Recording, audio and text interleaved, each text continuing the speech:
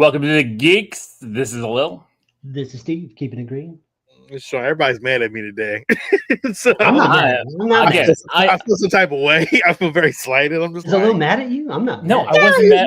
At me. He gave me a bunch of shit about doing a bunch of news stuff. He's like, "What does it matter?" I'm like, "Damn, yo, I'm trying here, man. I'm pulling out my guns, man." It is not that. It's just history repeats itself. When we start talking about news that we don't care about, then like our responses are like, "Okay, great, let's move on." I don't want that to happen again, and we'll talk about it in news because there's one thing I'm like, Sean, who cares?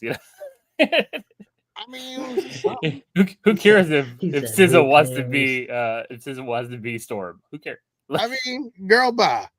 So it really is a response. A girl, bye. You ain't getting it. But that was just funny because like he put that in there. I'm like, who cares? So how's it going, guys? Nice week. I think Steve might be frozen again. No, he's not. No. Okay. No, For a second, he looked frozen. Yeah, I am. I'm bouncing around. What, you on Wi-Fi? Yeah, my computer did a weird. That's our ongoing joke when we're gaming. Just like that. Just like that. Am I back? Are we good? You're good. You're good. What's up, Fernando? What's up, Pacino? Okay. What's up, Al? So, Sean, you see that new Vader helmet on Sideshow? I'm not getting any more helmets, man. My time on helmets is done. There won't be another helmet that crosses my. I'm done. Yeah, you got all those over to Ed, right? Yeah, I gave them all to Ed. There's a couple I still have. I don't know if he wants them or not, but we'll talk about that later. I did get a new studio scale piece from Star Wars, which is great. How are you, Tyler? Oh, damn, caught him, Tyler. Damn. I'm just messing too. Yeah, what's so special about it? You gotta send me a link on that one, brother, because I don't know. Send me a link in the chat because I gotta see it. No, it's special though. It don't matter. It can't be that special. What's up, Mike? Yeah, so you guys, I was smiling as the intro was kicking on because I didn't read Sean's little crawl on the bottom, and then it just says Alil's watching finally watching TV shows. So I'm gonna start since I'm finally watching TV shows. So I'm only 4, but we'll probably be done tomorrow because my in-laws are still here and stuff, and I was looking for stuff to watch that I think that they would be intrigued by. And again, you guys have talked highly about Paradise, and I'm like, you know what, this sounds like something that like we could all watch together. I didn't realize I'd get a big shot of Sterling K. Brown having some sex in the shower with his ass hanging out there, and of course I had got both my daughters with me. And that was awkward. But it's a good show. Everyone's intrigued. Everyone's sunken in. We are 4 episodes in. I really do like. Sterling K. Brown's awesome. Like I've always thought he was great. He has probably one of the best episodes on Brooklyn Nine-Nine. If you remember that episode, Sean, where it was the whole episode was just them interrogating him, and I thought it was an awesome episode. So if you haven't seen Paradise, episode 1 ended. Oh, I was like, what the? I did not expect every episode. Again, it's messing with expectations. I'll be back. So I'm on episode 4. I'm on the Sean. I think he lost us. I don't know. So, I'll just keep talking. Yeah. So yeah, I was really upset at the end of episode 4 with the Billy episode. Okay. Because again, like they leave you at the end of episode 3 thinking something, and then episode 4 ends and you're all of a sudden like, no, this is a good dude. Oh damn, and like the Billy episode on episode 4, Steve was talking about. Oh, you have to finish it, dude. Yeah. I know. Billy, yeah. Well, there's 4 episodes left. Episode 1 though, man, if you don't know spoilers, when that ends, you're like, holy shit. Because it's not until about 5 minutes before it ends you realize something funny's going on. What are these wristbands about? What's going on here? Yeah, everything. Yeah, and it's so crazy, like everything they talk about, like like the again, it's hard not to spoil, right? Like It is hard not to spoil. But you're like, no, that character's dead. That can't be. And then they're like, oh, they're in the rest of the season, so it's okay. Yeah, they're still around. Yeah, it's really good. It's really good. So I'm 4 episodes in. I'll be done next week, and I'll talk about the whole thing next week. I think next week gives us enough time that we can start spoiling. I'm going to give it that way next week because it's been out long enough. The metric system is based off of you. It is based off. We spoil movies weekend of, right? Like it doesn't matter. As long as a little watches I watched it now. We can spoil it. Well, it's true, right? I don't watch anything timely, so if I actually got through it, then it's probably good enough for everybody else. He said that the helmet's black chrome. I seen it, Pacino. God damn you, I seen it. I am not getting it. I am not. Fernando next Stargate Sean is talking about his new Vader helmet. I am. I probably will get that Regal Robot piece though. Okay. I know. I think the chair. Like, no, the little creature, the creature with the fur. Do it have the little thing? The glass. Yeah. I'll probably get that. Yeah. But, what else? And no, so I also watched a movie, another James Marsden. Sorry, there's an alarm going off downstairs. You can walk away. No, you know how I was like. I have a whole house full of people. Like somebody else can go and check it out. It's just somebody set like an Alexa alarm that's just going off downstairs. So I watched Sonic 3, another James Marsden special. He was barely in that. I've already seen it. No, Alex saw it and he gave me his thumbs up. He liked it.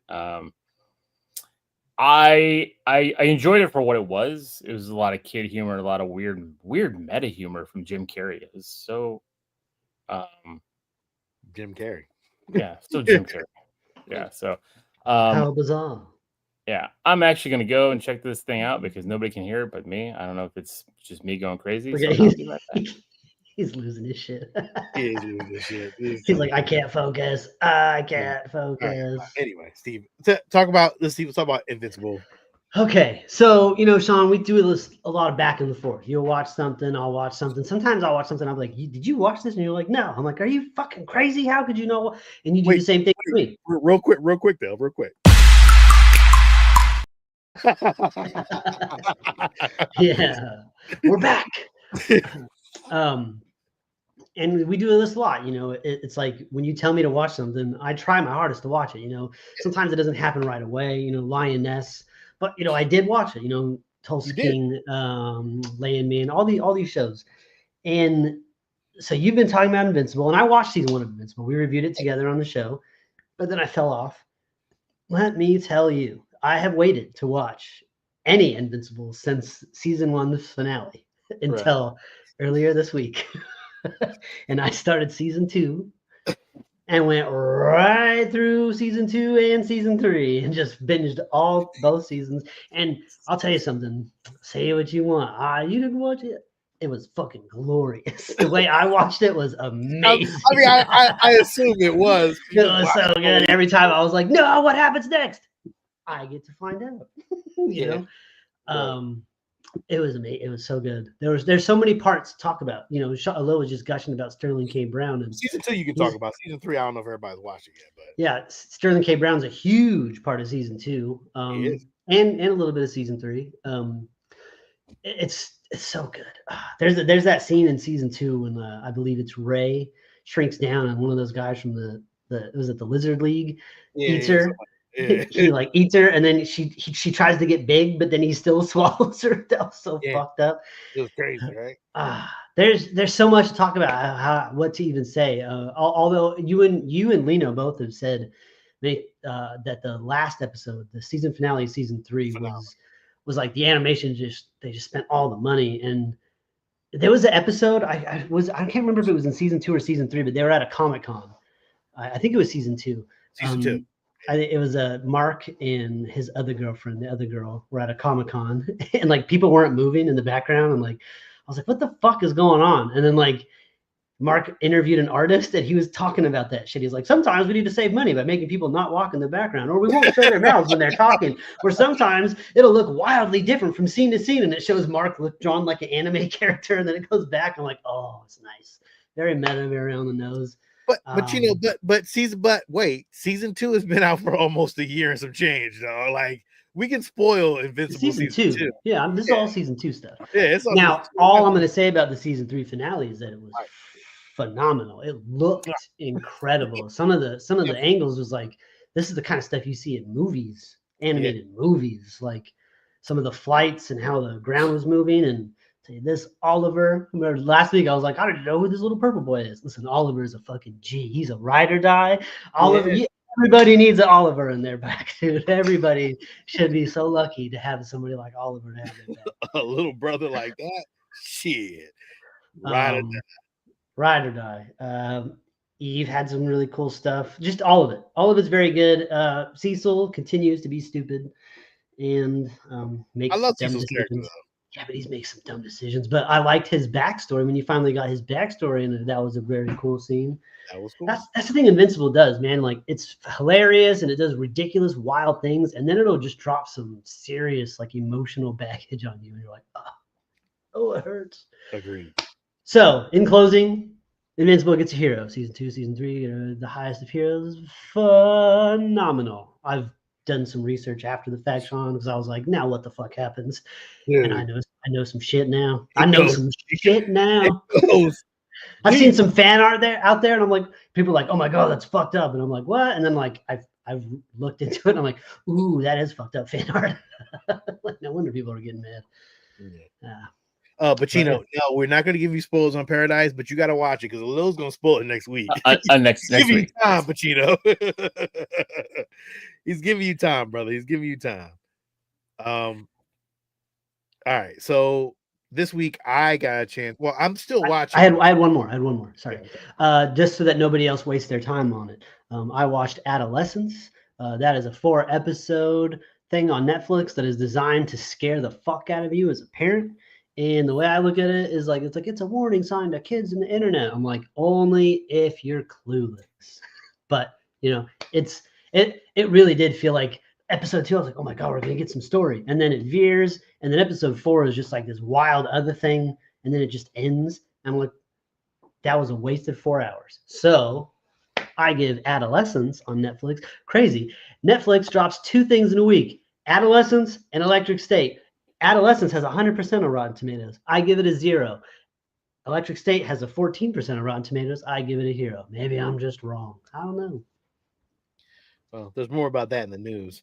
I actually watched Electric State, and I enjoyed it. I actually really liked it. I'm curious to know why people did not like it. And there's a lot of blowback right now on it. Well, you didn't get into it last week. You fell off. So maybe that's kind of what people said. Maybe. I mean, again, it's good. I like it. It wasn't a bad movie. It's not. I've seen worse shit. So like, Chris Pratt was great. Anthony Mackie's character was awesome. Millie Bobby Brown did a good job. Stanley Tucci was fun. Giancarlo did good. Oh, I just don't know what everybody's complaining about. I don't know either. I'm so curious to think. I'm like, why? Like, why? Not like robots? I'll tell you why. And it's not a negative thing because I loved the movie as well. The girls watched it, loved it. They got emotional. They thought it was very emotional. And I'm like, okay, so it's playing to the audience it should be playing to, right? But we've seen this story. Like, I could have told you from go where this story was going. So a lot of the complaints were, oh, you spent $320 million on this movie. I know I'm getting into the news. And you couldn't give us something new. And it's like, well, I liked what they gave us. So, and I'm watching it on Netflix and I'm paying for Netflix. So I paid for it to watch it. So I don't know why. It's reviewers. It's just been like that for everything. Like anything that's fun and I don't want to say mindless, but like just fun and base entertainment is getting just knocked to hell. Like nobody cares. Everything has to be. You're on mute, Steve. Everything has to be goddamn Oscar worthy. Here's my fucking shirt. And that adolescent show, super dark, super depressing, super deep, heavy subject matter, 100%. Like, why do you need to feel bombarded with dark emotion to enjoy a thing? Like, why can't it just we be can't have fun? Yeah. Like, even scary movies now, they got to put these angles and shit to make you think about it. Well, now it's a hot, what is it, like a, what do they call those? Or like highbrow horror or like elevated horror. I'm like, can't we? What was the message? The message that was sent clear enough. Like, maybe there wasn't one. Maybe it was just a movie. Maybe it was just a thing that you could watch and then it was over. Yeah, it's no joke. It's and I think I sent you guys another message this week for another 1981 horror movie. Like, I've been watching in pieces just because I love 80s slashers, and that's what my go-to. Like, it's if I need mindless entertainment for 30 minutes before I start homework, I'm gonna put on a slasher. That's why I watched The Burning 2 weeks ago. That's why I watched Happy Birthday to Me this week. I'm gonna start April Fool's Day. I'm confused. I'm confused on how you can just watch horror movies and just not be affected by anything at all. Like, it's weird. It's Steve's with me. I'll watch them and go to sleep. Then I don't get it. Too. You got chainsaws screaming. I don't get it. I don't understand. It's so gross. I don't get it. Oh, and I'm also still watching The Pit on HBO Max. And man, it got good this week, man. They're dealing with a shooting at a festival. And man, it got intense, man. That whole shit, dog. Like, yo, it just kept going, man. The camera just kept going, like body after body after body. They're doing this with this body, doing this with this body. I'm like, God damn. Like, yo, it make you just be like, yo, you got to keep watching. You can't look away. It is so fucking good. It is right now, I'm going to say, the best show on TV right now. Oof. The Pit on HBO is the best shit on TV. Hands down. And there's a lot going on TV right now. The Pit is the best shit, dog. Like, how it's done, how it's filmed, the acting. Welcome back, Noah Wiley. Stop doing those damn librarian movies or whatever the fuck you were doing. Falling Skies. Hey, that was shit. I like Falling Skies in the beginning, and it got a little crazy at like the last season, but I like all those shows did. There was a time when like all those shows were like, oh my god, everything's so good. And then TNT? like it kept going. Like, okay. Yeah, we're still going here. Yeah, but if you're not watching The Pit on HBO, man, on Max, dog, you're missing out on really great fucking TV. Like, for real. Highest of heroes. Awesome. Dang. Yeah, what else? I will definitely check it out. Pacino says there's a Shudder trailer for the Ugly Stepsister. Take on Cinderella. He said it's dope. I did see a trailer for it. I didn't watch it though. But I didn't check that out too. Yeah, I wanted to finish my Sonic 3 discussion. Like, not discussion, just a quick review. I give it a high sidekick. I had a good time with it. The end teaser, because there's an end credits teaser that teased Metal Sonic and Amy for the next thing. That's what they do. They just tease new characters. The next characters. Just tease the characters. Drop, like somebody turns around and there's just some other hedgehog with a cloak on that like turns. And that's exactly that is literally what happened here, because Metal Sonic came and attacked, and then Amy saved him, and she was in a cloak and her hammer, and then turned and like took the cloak off, and there was Amy, and I was like, okay, well, Never mind. That was funny. It was like something that Lino said. It was like the other day we were talking about Jason Statham, and I was like, yeah, he's a beekeeper, or there's always he's always like he's got some job title, and then his new movie is just called The Working Man. Jason saw that, he was like, what the fuck? The Working Man. Like, they did that as like a placement. Like, they were like, okay, we need a new movie. Jason Statham, he's gonna be a working man, and we'll fill in those details later. And then they forgot. They were just like, oh, fuck. They just said, fuck it. He's just a working man. So somebody did the poster work and just threw it out there, and they're like, gotta keep it now. We already hard hat. Next scene. Boots. Next thing, this motherfucker on gonna be he gonna be called the Collector. And he gonna be collecting toys. He gonna own his own toy shop, and he gonna be beating up scalpers. Put down those Pokemon cards. Yeah, those are going to my. Yeah, Al gives the Sonic Trilogy a hero. The only reason I give it a high sidekick is I wish they would have done more with Shadow. Oh, Shadow, yeah, yeah. I wish they would have done a little bit more, but I did like Keanu. It's weird because he acted, even his just voice acting, way better than anybody else in that movie. Like it was just like elevated and even better than Idris. Yeah, Idris was good. I mean, Idris is great as Knuckles, and he did great in the sequel. But here again, what you start building up more characters, those characters start getting sidelined more. You know what I mean? Like, I mean, James Marsden was in the movie for 5 minutes, like literally 5 minutes. He had a scene. Who's on set? It's just a bunch of CGI characters running around talking to each other. Well, so the camera is just filming an empty room with like tennis balls floating around. I mean, it plays well into the storyline. It's not. It does, but he is literally only in the movie for 5. I mean, Jim Carrey's in it a lot because he plays 2 characters, but I mean, he's in it.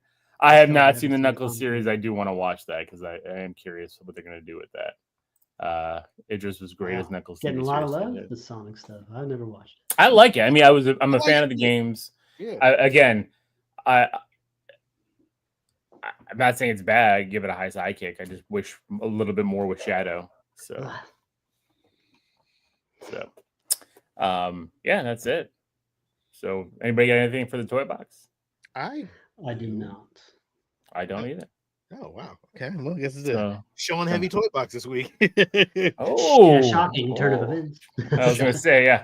Back to its roots. It really isn't, to be honest. Like I got 15 Super 7 figures. You got an iPhone watch. You know, I finally got one. I've never had one before, so I finally got one.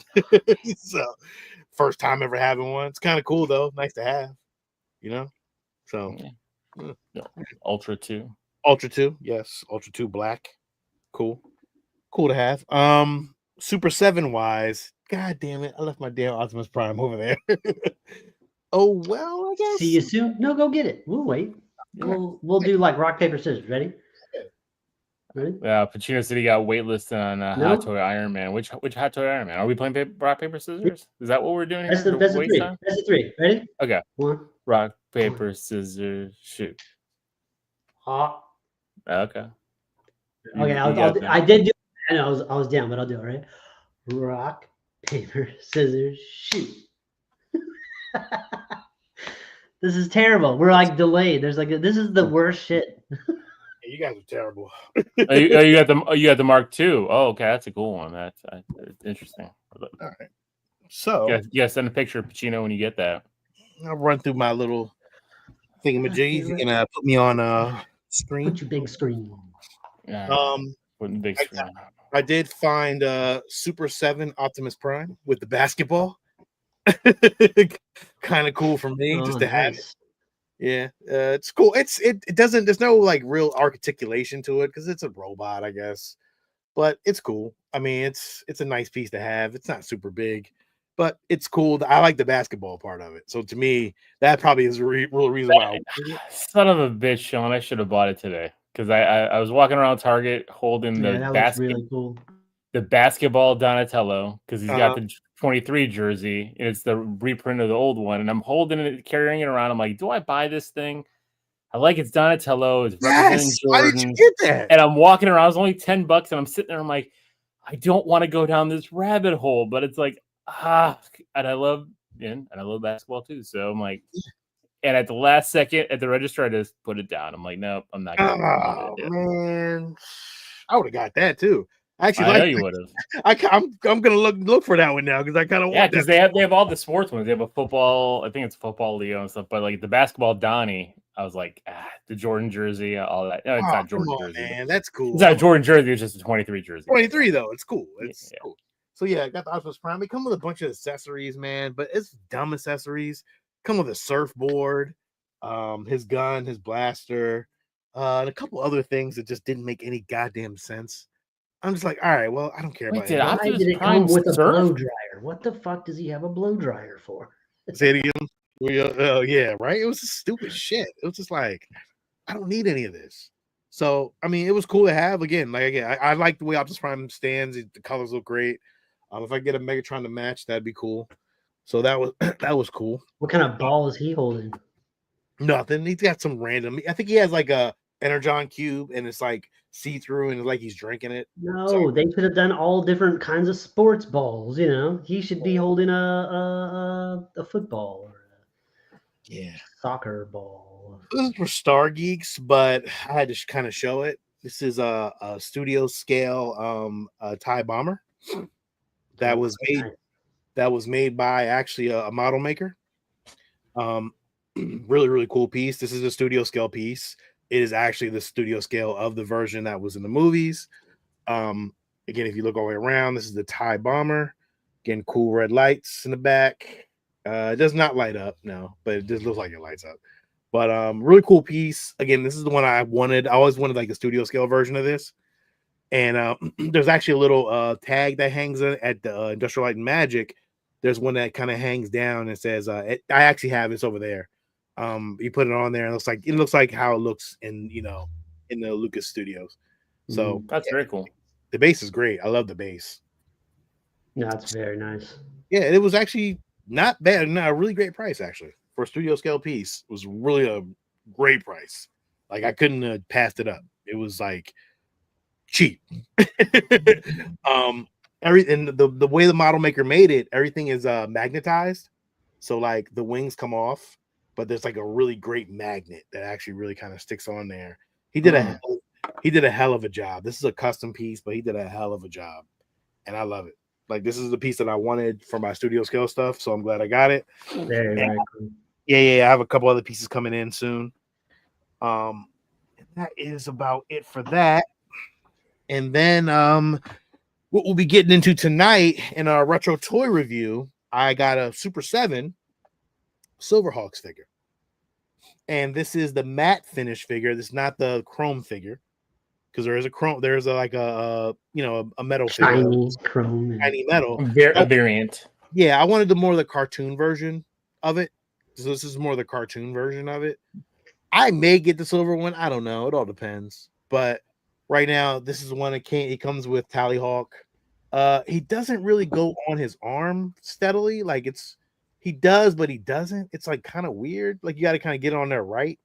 So he does. He is on there right now, which is great. But his head kind of moves. But then it also comes with another head, which I kind of like this head better. Kind of like this head better. I like that, yeah. Yeah, and he does have other arms that actually are, not connected, so those go on there or whatever. So he does come with different pieces. He does come with another Tallyhawk that actually is kind of just sitting and can rest on his arm like that, per se. Oh, that's cool. It comes with all two different versions. Yeah, dude, the Super 7 things come with a lot of shit, a lot of extra shit that really is not needed, but it's just extra shit. Because I can tell you, my G.I. Joe. Look at this damn shit. Look at all this G.I. Joe shit in here. All these unnecessary G.I. Joe things, man. So, why is the black one called Hot Wing? I do not know. There is no reason for it, and I don't know. But we're about to get into our retro toy review and thingamajig. But that's all I got for the toy box this week. That's very nice. Yeah. That was a sweet ass Optimus Prime, and that studio scale was quite nice as well. Thank you, brother. Appreciate that. Man. The fact that they put Megatron with a cube is just ridiculous to me. That's all. I'm gonna get hung up on it. Oh, the Energon. It's the Energon cube. He should have had a different, like a purple basketball or something. Like do something cool. Purple and black basketball, that would have been awesome. Yeah. I like that. But I think there was one episode where Optimus had a basketball because the kids were playing basketball. There was. He was playing. He was playing with. I think he was playing with kids or playing with a transformer. I don't know what he was doing. Yeah, I don't remember. But the surfboard was where I was confused. But like, there was an episode where he was on the surfboard and they were actually surfing. It was. But if we're going to scale, that is huge basketball. No, That's true. Massive. It's like Jordan in Space Jam when he stretched his arms. That's like one of those big exercise balls, you know, like huge. Oh man, put him in the Jordan pose. I would love to get him in the Jordan pose. Just keep him like that. Oh my, that's amazing. Oh man, that's cool as shit. So, but yeah. So that leads us down our road. Oh, also it came with this little thing too. No, this was a little spike. Oh wow. So that basketball Looks would like crush Jason his ass. Statham in Working Man. That basketball would crush. Ultimate Prime. Yeah, look at that. Look at the basketball compared to the size of that guy. I know. That's like the boulder that chased Indiana Jones. It is not to scale, but whatever. That is nuts. All right. That leads us down to our toy review portion of the show. And this week we're talking about Silverhawks. I'm gonna start the show.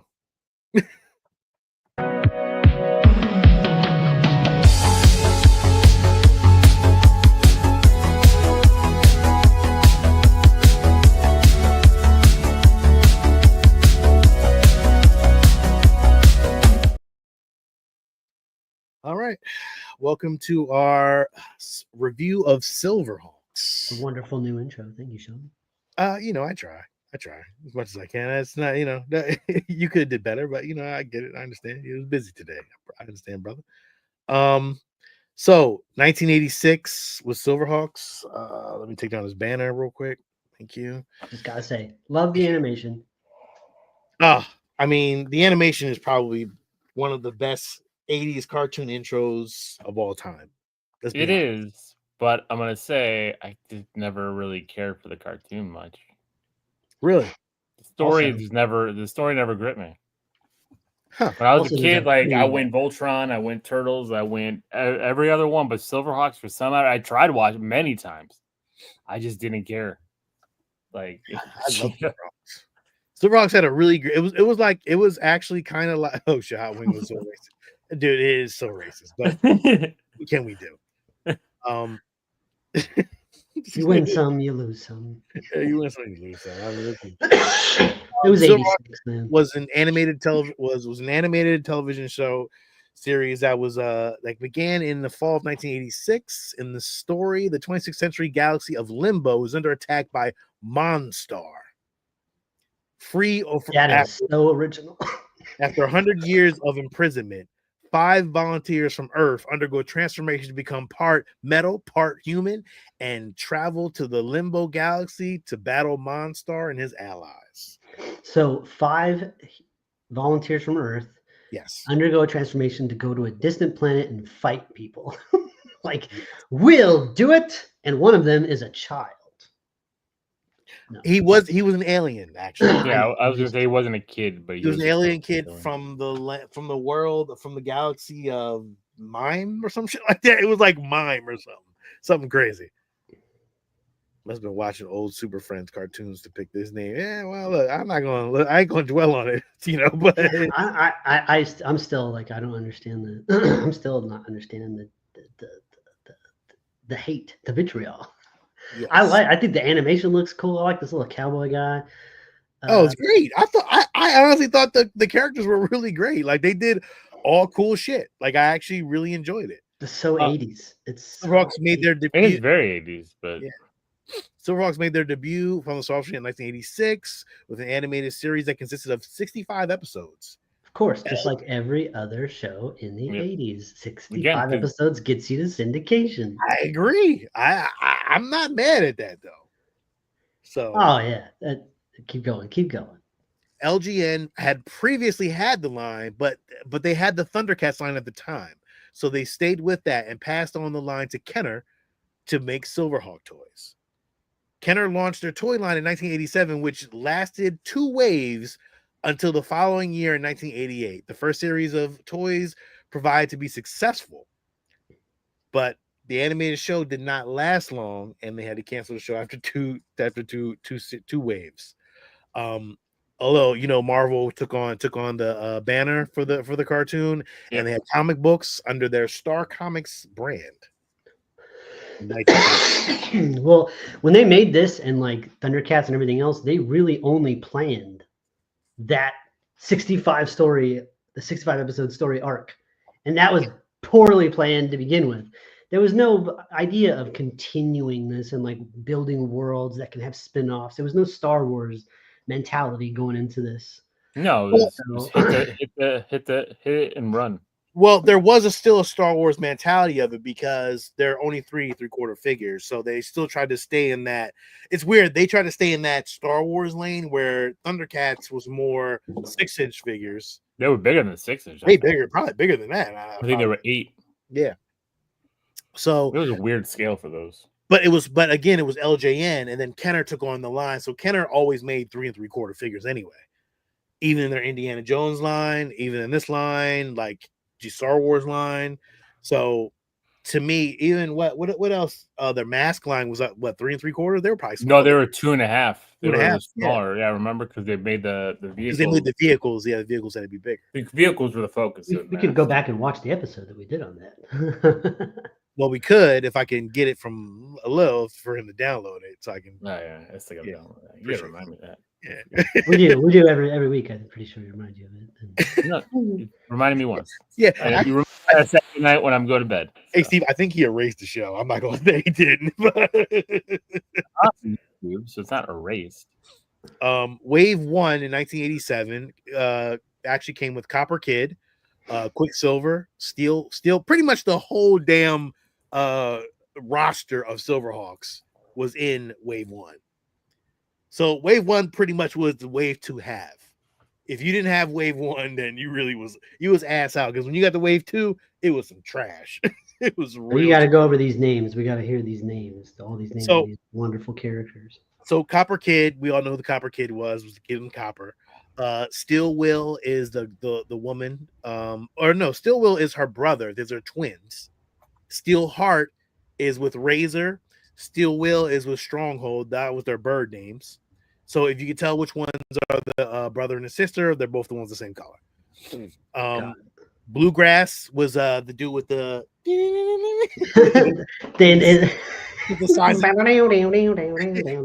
the guitar, bringing the South to the space. Oh my god! He had a country accent, Steve. Did you know? When he finished, I don't think I've ever seen an episode of this. When they finished his stint with the Silverhawks, he went over and became Brave Star.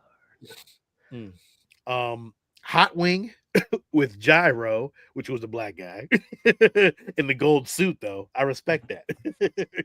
He had a gold suit. I fuck with him. And then Stargazer was the leader. Stargazer was actually the guy who actually, in the cartoons, he actually imprisoned Monstar. And after a while, he got too old to keep sheriffing the space to get, to keep, doing crime or whatever was going. He was like they're space cops, pretty much.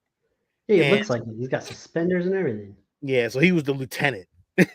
So, and he got even too in old. Space. There's just like he's just got a desk job. He's like pissed off, pushing paperwork. He's his tie, like he got rid of his jacket, his tie's all undone. He's like, I'm fucking done with this shit. He looks so fed up. So he was an old, angry old dude, but he was smart though in the cartoons, man. I love the cartoons. I always watch the cartoon. So yeah, that was cool. So why is Hot Wing racist? Why? I mean, were they just playing on the stereotypes and he was a black dude. He was a black dude named after a chicken wing. I mean, come on, bro. He's like Hot Wings. Come on, it's kind of weird. You know what's funny? I never. It didn't even occur to me, like chicken wing, like Hot Wing. You weren't picking up on this?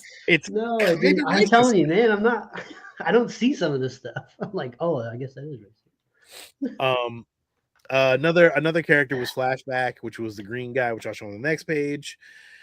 This is also still Wave 1, 1987, and these consisted of this was Monstars, a band of villains, Molecular Man, Buzzsaw, Mumbo Jumbo, and Flashback was part of the Silverhawks as well. Flashback looks very much like a Norman Osborn from 2002 Spider-Man over there. He didn't come in until a little later on in the season, but all the characters had a bird, which is weird. But I guess Molecular Man had anal beads, which was even weirder. Holy shit, he does. That's gross. I think we had a conversation about this a long time ago, but We did. yeah, it's kind of gross. It doesn't make any sense. Like, why He's would like, you bet? bam! What was that? So, Ugh, that's so nasty. Monstar's head could flip back and forth in the toy, but it was always broken when you found it. Like, if you found it like loose, it never worked the proper way. I actually had the toys originally. I think I got rid of all of them. You did. I Because did. I remember when you picked them all up. Yep, I remember sold all of them. God, I tell you, 360 just comes all the way back around again, doesn't it? Fuck for me, I tell you. You're like, man, I could really. I think I want these. I'm like, but you had them. Yeah, and You already had them. Yeah, I want them again, but this time I'm getting the 6-inch, so I think I'm okay with that. Yeah, I'm okay. I think a new, like a reimagining of these figures is probably better. Yeah. The old figures just didn't hold up, and they were over time. The metal just kind of wore off, and depending on how paint. But this right here is kind of cool. Like the birds that you could play with, like they were like you're in the show, like you're a character. That's kind of cool as a kid to have that. No, it really is cool. The box art was great. Like overall, like the way they presented this line, they did a hell of a job. Like the vehicles that they had and like everything, I thought was great. Yeah, those are awesome. That's these are pretty much the birds that they have, but like you could put the character inside of it, as you can see on the top. Oh shit! Yeah, I see on the stronghold the guy just like surfing on the bird. Yeah, the other one's underneath. It looks like the other ones are underneath. Yeah. So it's a really cool line. Although, did you have any of these growing up as a kid? No, you weren't really into it, though, right? No? Wasn't into it. I've seen them. Had friends who had them. Yeah. I was just like, yep. This, I think, to me, is one of the best toy action vehicles ever. The Mirage, which because you can fit a lot of the figures, fucking characters in there. That is dope, and the way it did, and it looked just like the way it did in the cartoon. But it's just it's like so your characters they fly wings, and then so they put them in a jet so they can fly it, but they don't need it. But I get it as a toy. It's fucking awesome though, because that's really what it's about, right? Is like, what can you do with these accessories? You get these big ass vehicles and shit in G.I. Joe, and sometimes you can only put one guy, two guys in there. But this, I mean, it looks like they have little bed compartments, like little sleeping capsules in there. That's awesome. Yeah. So Kenner released only one vehicle for the Silverhawks line in Series 1, and that was the main Silverhawks ship itself, the Mirage. So the other things on the last page that we had, they're not vehicles. They were just the birds that you could have, as little toys, which is kind of dope. Yes. I mean, I'm looking at the little kids there with them like attached to his arm. He's like holding them up, like that's fucking sweet. Yeah. As a kid, you'd be like, "Damn, I got me a Silverhawk." Fuck. Yes, that's awesome. And I also really that'd be a great poster to have, that Kenner poster right there with all the figures laid out. Yeah, it's a really cool poster. Thought that was a good poster. Wave 2 in 1988 released more of Silverhawks, but not the Silverhawks. I don't think any. I think maybe one or two of these characters were in the show, but I don't think they actually made it. Hardware was actually Moonstar's like little henchman. Windjammer, I think he was in an episode. I don't remember Condor. And Quicksilver was like one of those Batman figures that had like different, like a different suit. So that was like Quicksilver in a new ultrasonic suit. And I don't think that ever even got to the cartoon that I'm aware of. It looks like all of them have those ultrasonic suits. You got Bluegrass and Steel Will, both the same. Yeah, never really seen them. And then they had one new character. Yeah, Moonstriker with Tailspin. And again, I don't remember that character. From the box art, Moonstriker looks like he's about to vie for that #1 position, though. You know what I'm saying? He's like, I'm about to become. He's the Ben Affleck of that Armageddon series right there. Oh, I mean, this is, first of all, on card, any figure from the 1980s on card, ALIL, you can answer this question. Yeah, No, any of them are, but these are. I think these are more rare than most. I mean, look at that one. Especially this wave 2. That bluegrass without the hole punched in the card. God damn, that thing's trying. God damn. Yeah, he had the ultrasonic suit, but it really wasn't even a suit. It was just like a speaker that he had. And he had a different guitar too, which was weird. Again, this was like the last wave of this wave, but they did have a vehicle that they did release in wave 2. What price you got, ALIL? What price do you have on those? You think mint? Oh, mint condition. I'm looking up right now. That's what I was hoping that's what you were doing. I was wondering if he was. Damn, was that a car? Just drove. It was a dirt bike. I'm up here in the hills, man. Hello, what you got on the price on those? All right, so hold on, because I'm trying to wave through all the Super 7 ones because all the Super. Oh no, I got the price guide here. So what are we talking about? The first wave. So if you go to toyscollectorsguide.com, on the first wave of Silverhawks figures, on card 225 to 325 for bluegrass.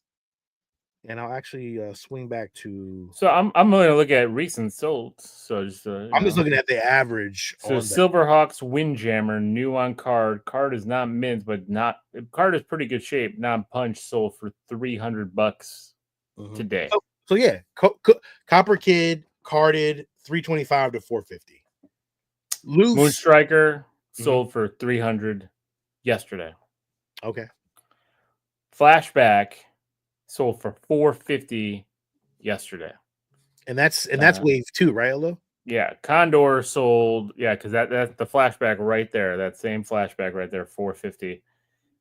Mint on card. Condor with Jetstream sold for $160.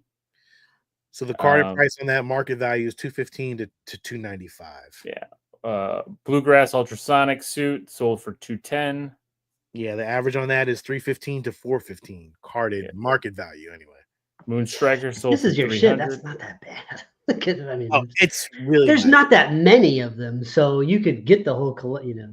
Now, Quicksilver. I don't know if you have this Quicksilver with ultrasonic suit, carded, $1,200 to $1,700. Yeah. Hard to find the card, but loose version can be found. Yep.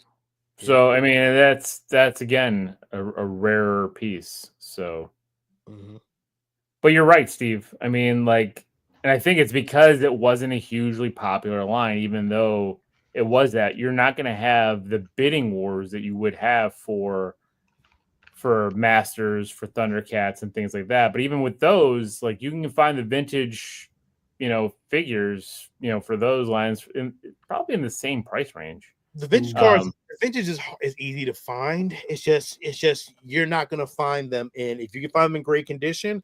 I had mines were in great condition because I hunted them out and I wanted them to be in perfect condition. I don't think I had a scratch on either one of them. When I sold them, I got a good value for them. I got good on that. So because they weren't scratched and the metal wasn't destroyed, And LJN vintage, just in comparison, a vintage Chitara from the 85 Thundercats line sold for $700. So, and this one to me, huh? You're not talking about Thundercats yet, man. I understand that. I'm comparing it to where Silverhawks stands, where you're finding these vintage ones to the Thundercats line. Because to me, those are comparable figures. I'm dreading that Thundercats shit, dude. That's so many figures. So many. LJN. We might have to break that up. We might have to do a part 1, part 2. Oh yeah, that's going to be multiple. Just like with Turtles, just like with He-Man, we're going to do multiple. Yeah. So I do believe LJN did the silver. That's Thundercats. No, Street Sharks. Oh, Street Sharks. Tiger Sharks. Was it Tiger Sharks or Street Sharks? Yeah, Tiger Sharks. And that's another thing I saw today. I saw the 40th anniversary of the Street Sharks, and I was looking at those, and I'm like, I just can't do this. So nice. Although the box was cool because it came in the box with the they're so nice. I've seen them too. And there's only 3 of them. It's not that bad. I know. Back to Silverhawks. God damn it. 1980 Wave 2, 1988. There were release of 2 vehicles. They were released, but very limited. Those are awesome too, though. Skyrunner and the Sprint Hawk. The Sprint Hawk looks great. The beak shoots off like a missile. It does. You got that was the hard squid. thing to find. That was a hard thing to find with that, because either you found it, if you found it now, the beak is like shit. It looks like shit. Like, yeah, but you know what? With the glory of 3D printing nowadays, that's a little plastic ass piece that you could print out yourself and have a brand new one. Yeah. You know what? For the most part, you probably but it's not original though. It's not original if you do that 3D print stuff. You ain't gonna find the original. It's in some fucking backyard in Topeka. Just saying.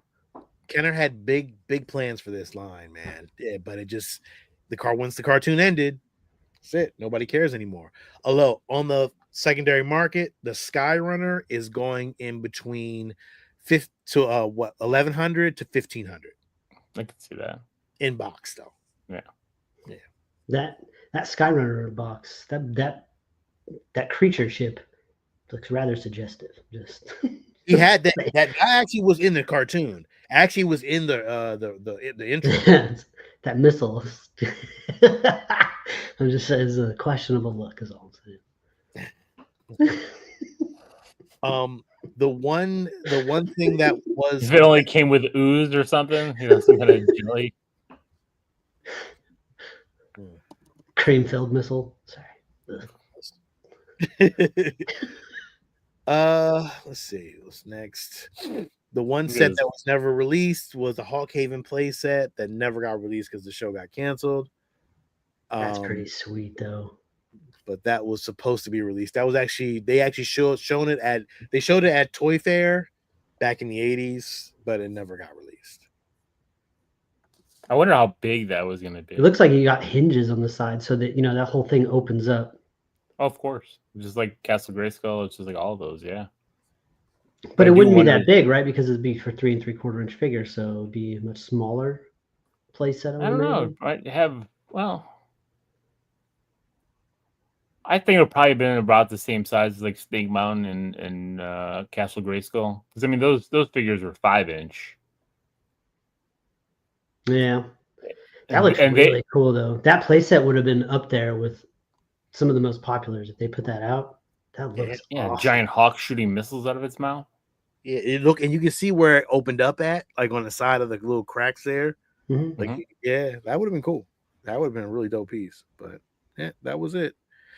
And some little small things. There was a board game, color forms, and a little Halloween costume. A Halloween costume by Ben Cooper. That helmet looks very Mandalorian-esque. It does. Yeah. Damn. Yeah. Stole it right out of Lucasfilm. I'm pretty sure we all remember color forms, and damn, that shit do look like a Mandalorian. Dude, doesn't it? Holy shit. Like, God, look at it. Fuck. It even has the things on the side. Like, oh, man. Damn, ain't that some shit? That's rough. It's rough stuff right there, man. That's trademark infringement. Shit. The Silverhawks comic book series was published by Marvel Comics. They only published 7 issues under the Star print, I guess. The comic was released from 1987 to 1988. Comics 1, 3, 5, and 7 are all comic conversions of the animated series, and 2, 4, and 6 are new stories. Wow, there's no legs on that as far as storylines. Like they just had nowhere to go. They were like, I don't know what to do with this. When you name the bad guy Monster, and it's like really tricky. Well, it's true. I believe all the other comic lines went a lot longer. This one died quick. It died. God, that line looks so awesome. And now it has made a return back. Thank you to Super 7. Look how much better those look. Man. They look amazing. They look great. And Super 7 released this line 2 years ago? Did Super 7 release any vehicles yet? They released one for Copper Kid that actually as of right now, is sold out everywhere. Actually, the Copper Kid figure is sold out everywhere. I'm still trying to find that one. I have all of these in my cart on Amazon, and I am going to probably jump on those this week. So I need to finish this line out. I just want the main characters in Monstar, and I'm good. Some of those villains look awesome though. Like that awesome. Minotaur guy looks great. The anal bead lady looks cool. Does she come with anal beads in this line from Super 7? I think she does. I'm pretty sure she does. That fucking throne is awesome. Yeah, the throne is cool. And like, I like the Monstar. Is Monstar the guy with the spikes, or is it the guy with the big hair in the back? So, Steve, let me tell you something. Monstar is just like Mumra. He says all the same shit. Evil forces of the moonlight transforming into Monstar. He's both. Yeah. Yeah, he has the same shit that. His smaller figure then in the back there with the black armor looks awesome. That looks really cool. Shit, yeah, I like the big one. Steve is like huge. It's big. It's like big as shit. Like it's this figure probably that big, probably way bigger than that. It's like Krang. Oh, I can't like give us like one of those like really cool like just revive this shit into some cool animated shit. They could do some cool stuff, man. Figures look great, dude. I've seen all of them. Again, I'm in. Like again, it's only a short line, and they're only but $30-$40. So I'm just gonna get every single one of them, and I'll be complete with that, and I'll be fine. You know, why not? Get it over with. It's an easy line to collect. It's not like Super 7 killed it with this line. Holy shit. Every figure I'm looking at just looks so good. Yeah, but the problem is Super 7 may have lost the license because one, I think Warner Brothers owns Silverhawks, and apparently, although they were going to do an animated cartoon, the Toys That Made Us guy, Nacelle, he was going to do an animated cartoon, and they were going to collaborate with another company to bring Silverhawks to a new cartoon to the masses, but I think it got canceled. It was going to be through Netflix. And I thought, yeah, Brian Volkweiss. I thought he was working on something with Silverhawks, but I wonder if that's why they pivoted to the other, because he's doing what's Robo. I can't Robotech? remember. Yeah, No, not Robotech. It's Robo. Yeah, I know you're talking about. I can't remember the name now. It's another short-lived series, and I thought he was doing something else. SWAT Cats or SWAT. Don't mess with me with SWAT Cats. I love me some SWAT Cats. Talk about an amazing design. Yeah. So that was supposed to happen, but right now everything is in limbo. The license is kind of in limbo, so I don't think we'll be getting any more Silverhawks figures. So I need to jump on these right now so that when they go on the third market later on, they're gonna be a little bit higher in price. So I have them all queued up. So I'll probably pull the trigger on all of them this week to get it over with. Robo Wars, James says. I don't think it's Robo Wars, though. Something else, but I'm not sure. Yeah. And here's all the figures that were in the original line, and again, look great. Yo, that looks so not fair. The heroes look like they would destroy that shitty villain team. Those heroes looks like way too OP for those guys. Those poor guys. It was Robo Force. Robo Force is the line he's doing. I'm guessing. James spoke incorrectly. Oh no. Yeah, this is the Silverhawks line that it made a return, and not made a return, but it was big in the 80s. The anal bead lady shoots him right out of her hand. Look at that. Right there. Well, it's better than her bending over and shooting him out of her hand. Like, oh my god. That's a hell of a supervillain right there. Like, don't let her get a hold of you. Yeah. Lordy. Yeah, that's really pretty much it. I'm gonna play a little bit of the commercial before we get out of here. What about that cartoon intro though, man? I mean, I would love to play it, Steve, but you know goddamn well they're gonna hunt us down on this one. And I'm not even gonna play the sound on this one. The fucking commercial. But we will get in trouble. I think we can play it. Surgery report. Sparkling. Silverhawks, partly metal, partly real, mighty warriors with the powers. I want that sign they had that they flew over. You know. Shredder too. Stargazer, seen us. Figures with weapon birds sold separately. Slybird, Surgery Report, Quicksilver, Activate Power Wing, Tallywhack, Engage Scissor Wing. Now take him down. Mumbo Jumbo Air Shot. It's hero stomping time. No way. Buzzsaw with Shredder, Quicksilver with Tallywhack. Other figures with weapon birds sold separately. Silverhawks, new from Kenner. And there you go. That was the Silverhawks game. I mean, that's Silverhawks from 1980, what, 1986, 1988? Did they do an animated movie of Silverhawks like they did everything No. else? Like combined No. stuff in the. There was no animated movie. It would have been awesome if there was, but there was not. But you know, that's not a lady, by the way, guys. It's a male.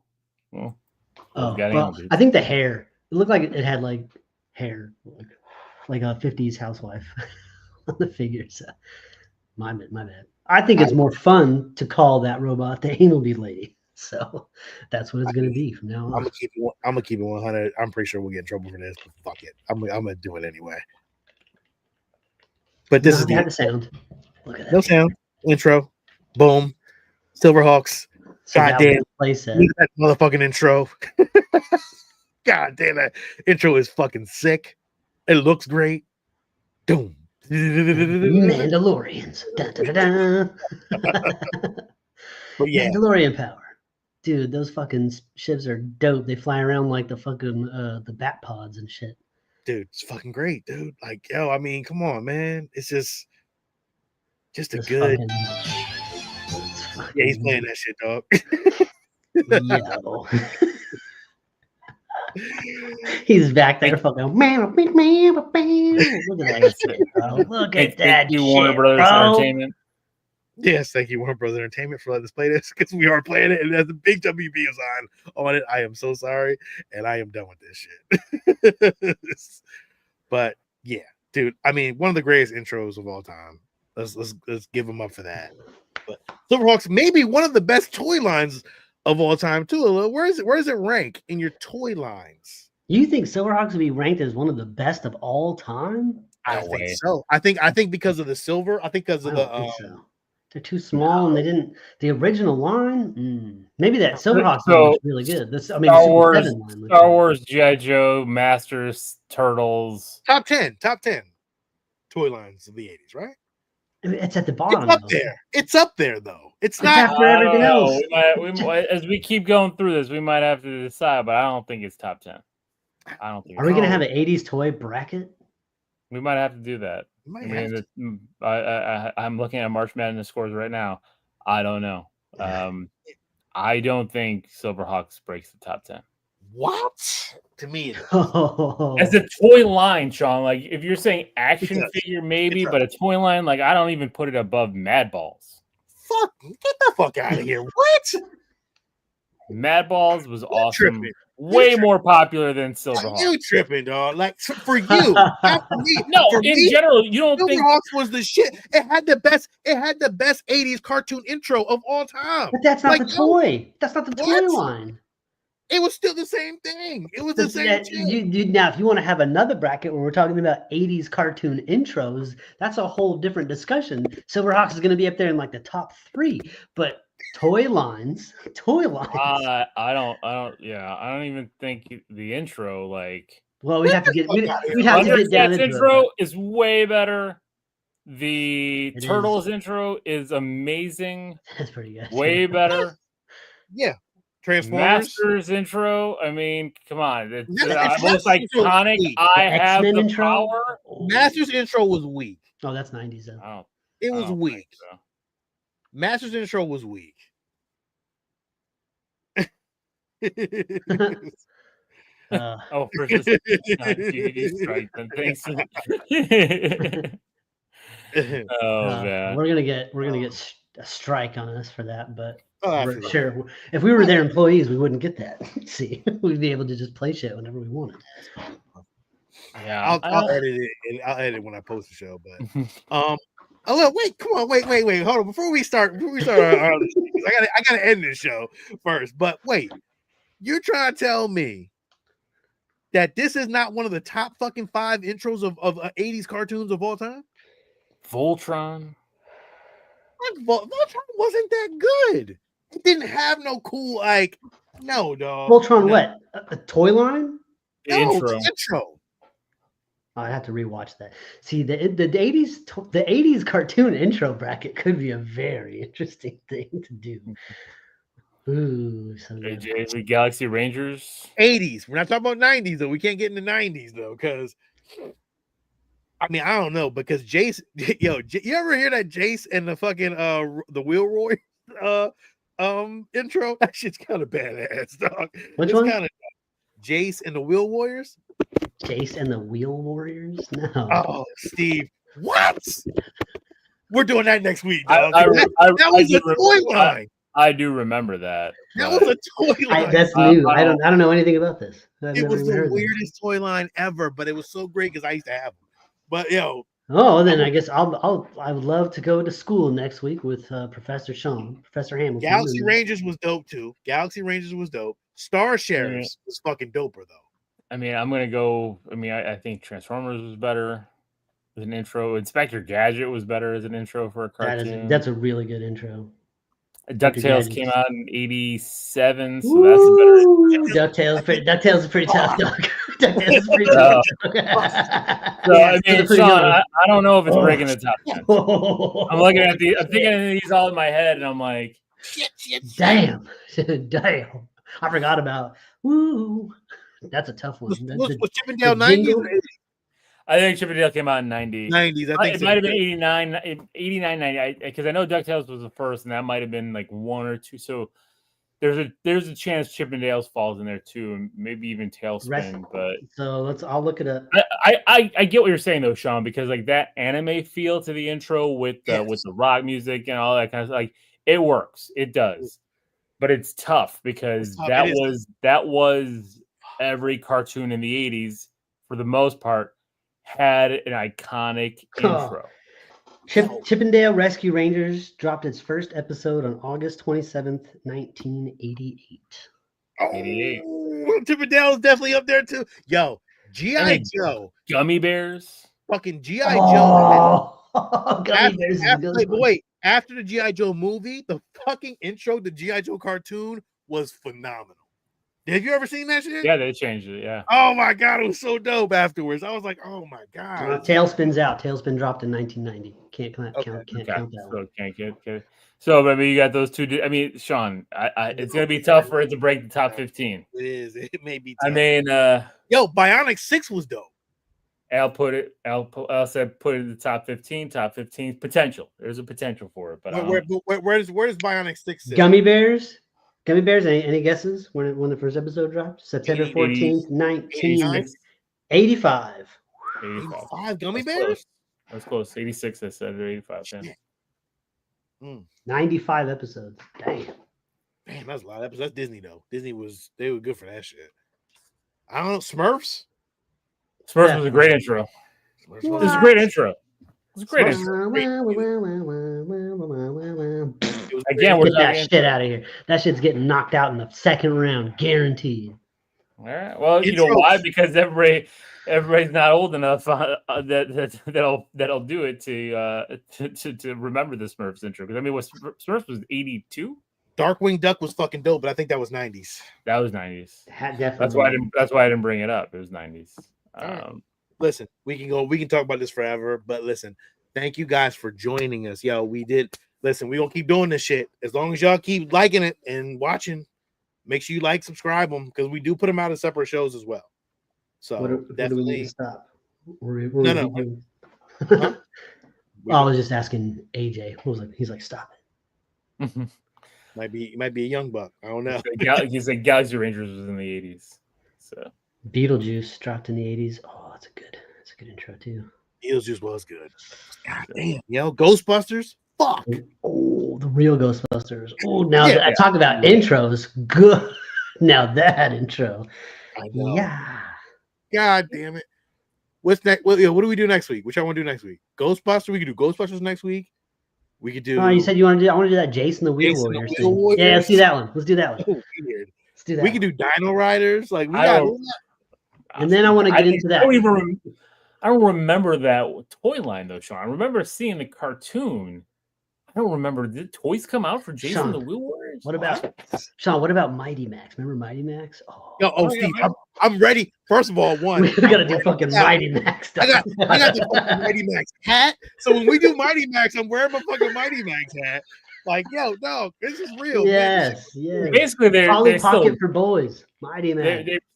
Mighty, yeah. They still release toys that fit in the mold of Mighty Max. So Dino Riders. I'm gonna show you real quick what Jason the Wheel Warriors was. Dino Riders is definitely a thing. Man, Denver, the Last Dinosaur cartoon. This was Jason the Wheel Warriors. I remember seeing the cartoon. I used to watch it on USA. Yeah. Yep.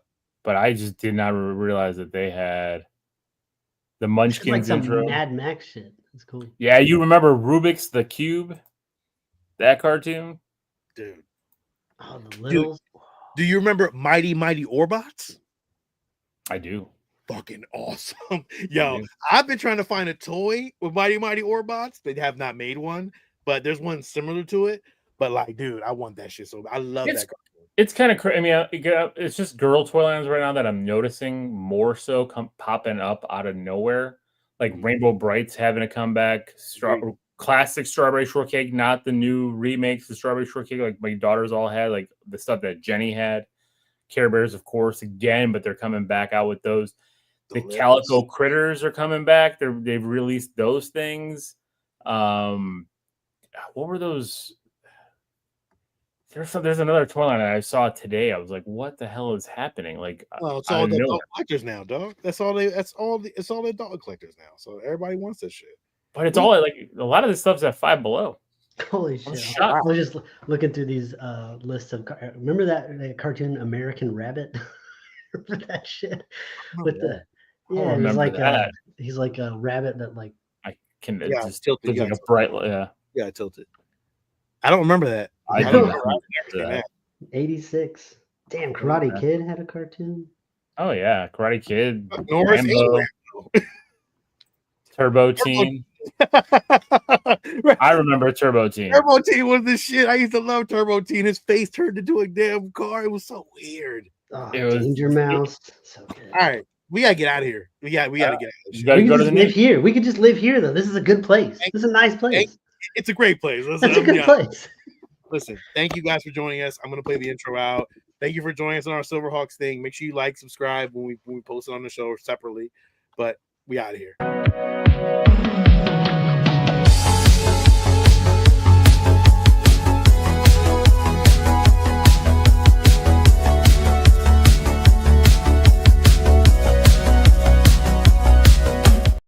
The show's not over, so please don't get we lost somebody. We lost the show's not over. I'm sorry, my man. You gotta let them know that we got to cut that section out. We gotta cut that part out. We're not leaving yet. We got more to go. We got some geek news for the week to go on and all this stuff. So we just love to segment these now. We're trying to do some more stuff. Separate segments, yeah. Well, let's get into GNN.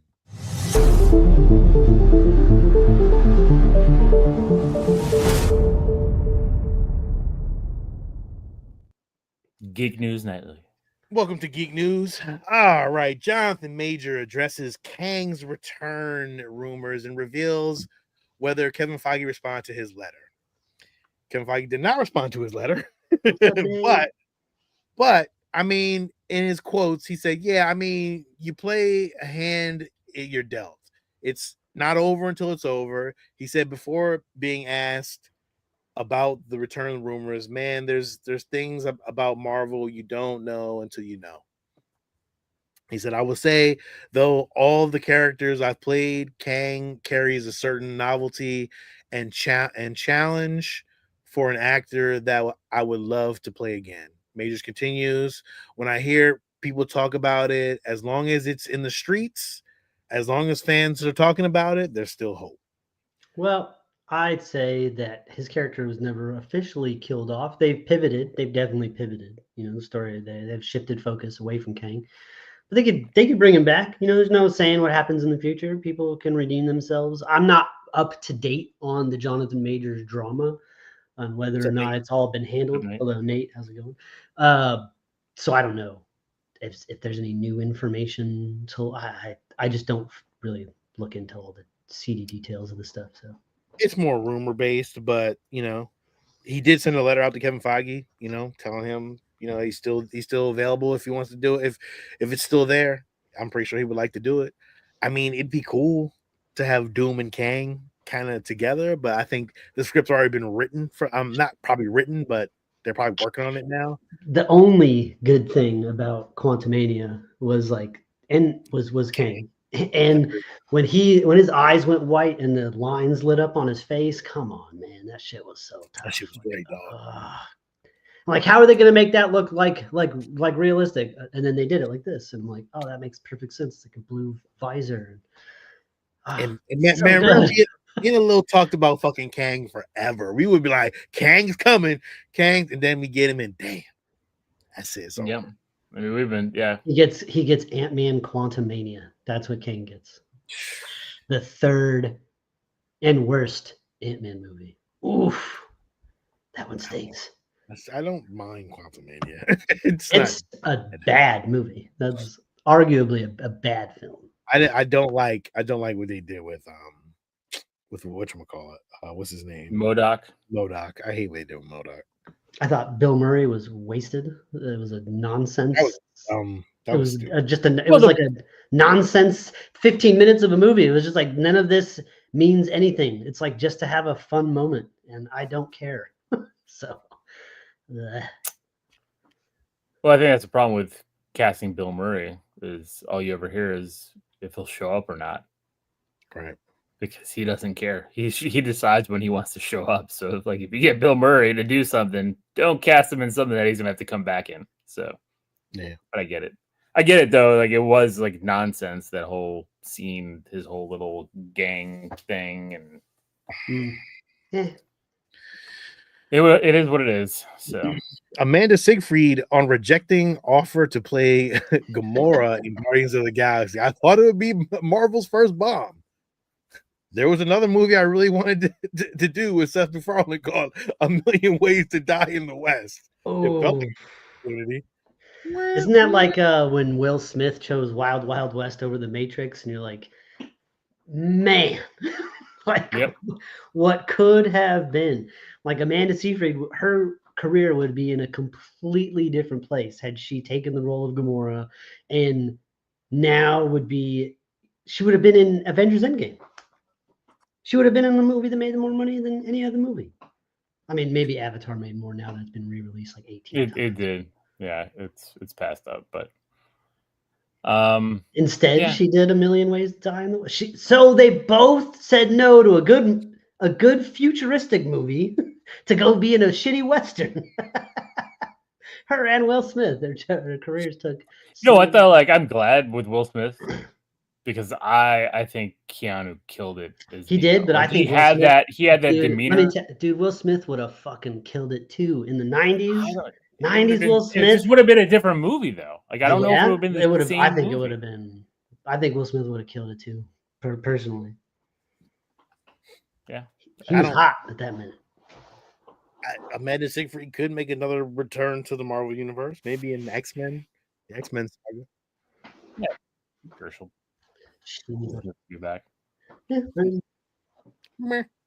lots of more characters out there, I guess. Severance officially renewed for season 3. Have you guys watched Severance at all? That's the next one, Sean. It's on the list. I had to get through Invincible first. It's on the list. Okay. That is for May when I'm done with school, so we can binge the 2 episodes and 2 seasons. So. You sound like you're like one of those new metal bands. That's for May. Severance is great. It is very, very good. It's just you got to get into it. You got to really follow what's going on. That's why it's for May. Just to prepare yourself for that. Yeah. But it's great. I'm glad it's picking up again to season 3. Steve, new Power Rangers Disney Plus, buddy. Look, hey, Percy Jackson. I haven't watched this show, but you did, Sean, and you said you liked it. Love it. Although watched it too, didn't you? I did. I watched season 1. Mm-hmm. Yeah. Please, I think let's do it and like let it be decent. Like that'd be cool if it was like good. You know, if you made it and it was good, that'd be really cool. Don't I'm glad you're making it, but if you make it and it's good, that'd be I'd really appreciate that.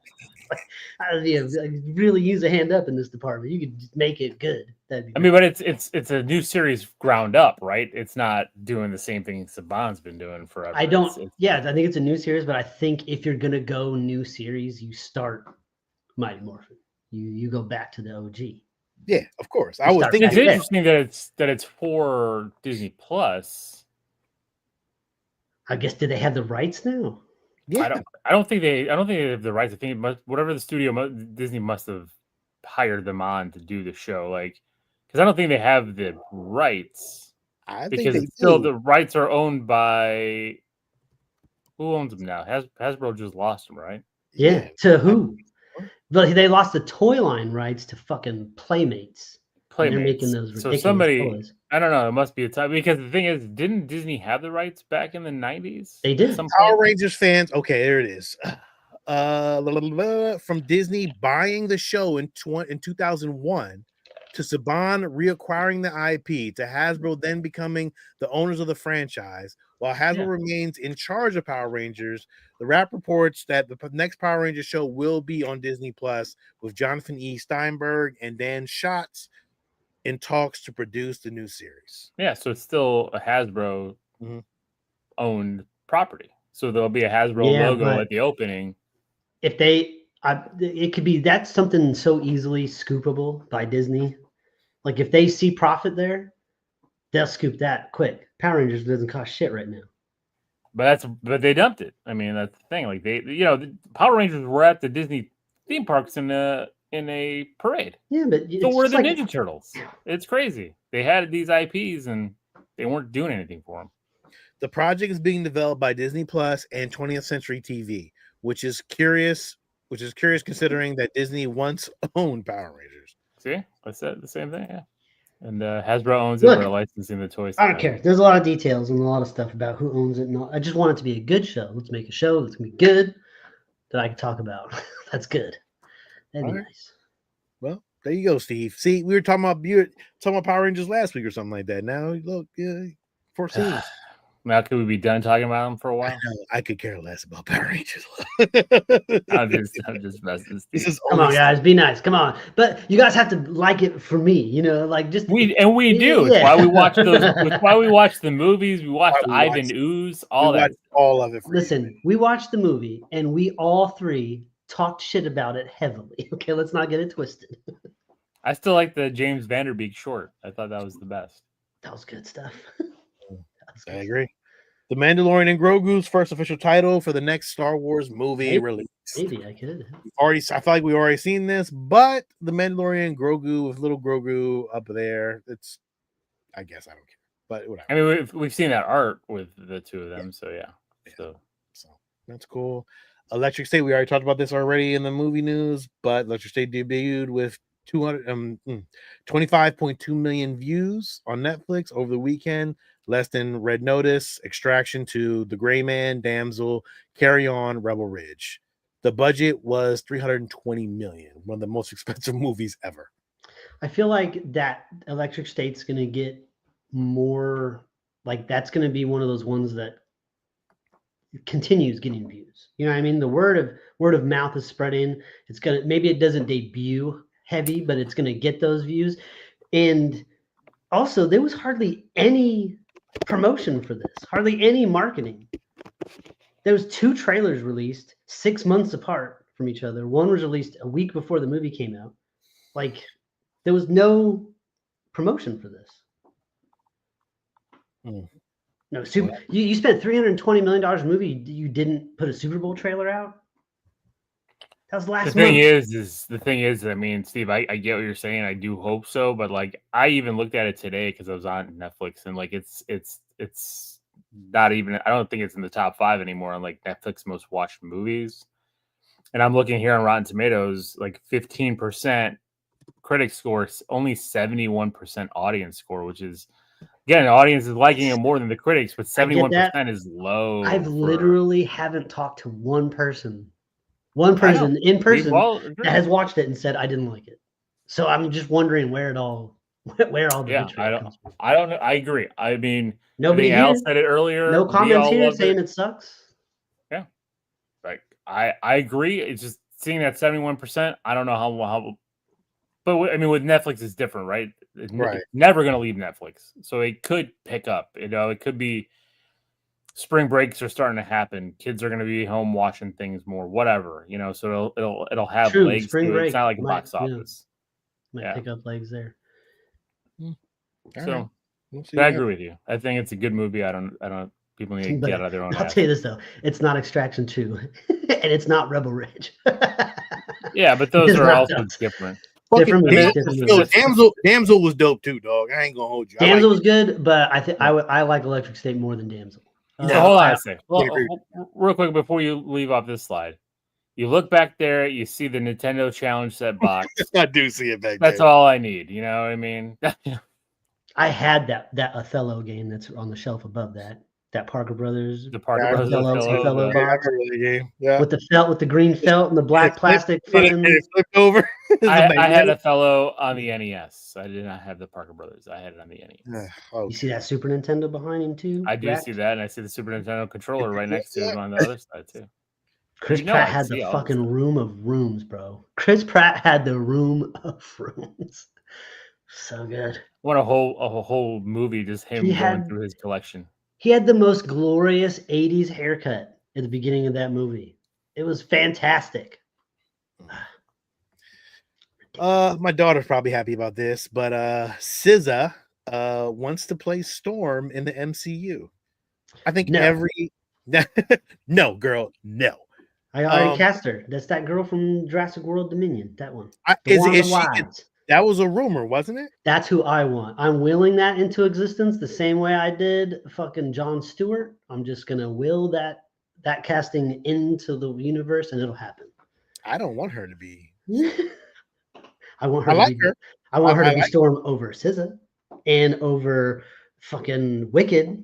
Lady Janelle Monáe and small ass Janelle Monáe. I don't know how you think she's gonna get that role because she's short as shit, and so is Wicked too. Cynthia Erivo. Revo. Listen, she can sing, but that is not Storm. No matter what way you cut it, Cynthia is not Storm. I told you who my Storm. I want my Storm to be. I want the girl from shit. What was it? Acolyte. The black girl from Acolyte. The one that played the main girl? No, the mother. The mother, she was good too. Yeah, I think she'd be a great one. I don't know, man. There's a lot of names out there. I don't know, but SZA is not one of them. I'm telling you that right now. Vivica A. Fox is Storm. Yeah. So that's, again, it was a topic you didn't want to talk about it, but I just wanted to let you know we did talk about it. Okay. I said okay. Good Lord. Supergirl World tomorrow stars Jason Momoa confirms iconic element of Lobo will be present in the DCU. If we're going to typecast me as anything, we'll typecast me as Lobo because I'm gonna have the motorcycles, the smoking cigar, partying, dreadlocks. Loves a fight funny, whatever. I don't know how that means. I just think I'm the right person to play the role, born to do it.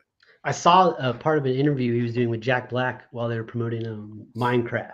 Mm-hmm. And he was telling the guy that like the dialogue is there, like he says the made up space curse words like Bastitch and all that stuff.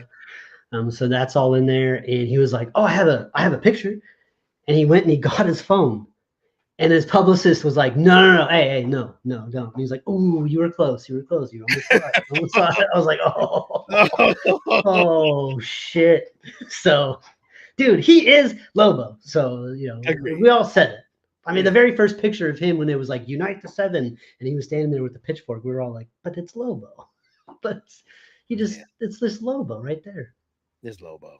It's fucking Lobo straight up, dog. Like, hello? What you got to say about Lobo? Nothing? You know nothing about Lobo. I have his first appearance in Omega Men. Sorry. Look at you. Yeah. All right. So See, you're not answering. See, this is not you. Yeah. It's not me. It's you that don't want to answer anything. I don't want to hear this shit. Rumor is Daredevil's suit will become black in season 2 of Daredevil. This is just a rumor, but in the video that I saw, he was walking out the water with a black suit on. So I don't know. Ooh, or was it just wet? I don't know. It was black. dark. Steve. it wasn't in the dark. It wasn't in the dark, and it looked black to me. It looked black to me, dog. I mean, I think that'd be great. If I would love Maybe if just they Shadowland suit. put the D. You know, I need the. He already has it. in the He chest. already has the suit already. So I know we've seen the helmets. Yeah. I need the double D's on the chest. Why are we fucking around with this? Why can't you just do the thing? But maybe he'll get it now that he's becoming Daredevil again, kind of thing. maybe it's all the He's news. born again. Lobo can be DC's Deadpool, says Al. Yes, but does Lobo break? I mean, I don't know much about the Lobo comics. I know about some of his character archetypes, but like, does he break the fourth wall in the comics? I don't believe so. Does he? I know I never read his solo series, so I don't know. That's more of a Harley Quinn thing, isn't it? I think so, but I know he is off the wall. But I don't think he's. I think Harley Quinn is DC's Deadpool. Yeah. Well, movie Deadpool, no, but comic book Deadpool, yeah. Well, I watched that again. Well, last week, cartoon too. wise. I watched Deadpool Wolverine again last week. Still holds up. Still very good. I love Channing Tatum more every time I watch that. Like, oh, It is good. he is so good. And I watch for him now. Now I see him in the TVA at the end. I see him in the screen, walking away and looking back and walking through a portal. You're like, oh, motherfucker. Oh, really? I didn't see that. Yep. Oh yeah. If you watch for it at the end, he's in one of the little screens off to the bottom left. Yeah, I had to watch that. That's all the news I got. Anybody else got GN, baby. No, I think that's about it. That might wrap it up. We got.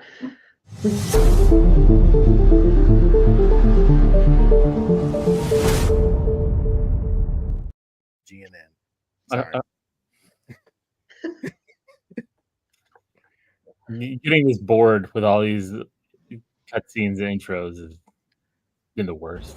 Damn! You don't chew big red. I can't help it. I get excited. I get it.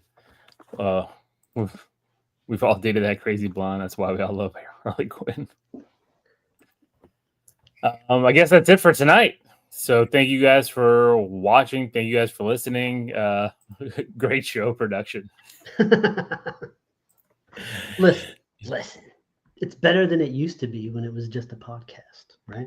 Right? It's true. It's very, very true. So that is it again. Thank you guys for listening. Thank you for support. Please like, subscribe, comment. Join us when we're going live. And, if you have any questions, we'll answer those. You can chime in. Like Taylor telling us about the licensing for Power Rangers. Be a part of the community. Join our community page. Join our Facebook page. I'm still posting this stuff all over the place. So please share, like, subscribe, comment. And this is ALIL. This is Sean. And this is Steve. And until next time, everybody, stay safe, be nice to each other, and keep it geeky.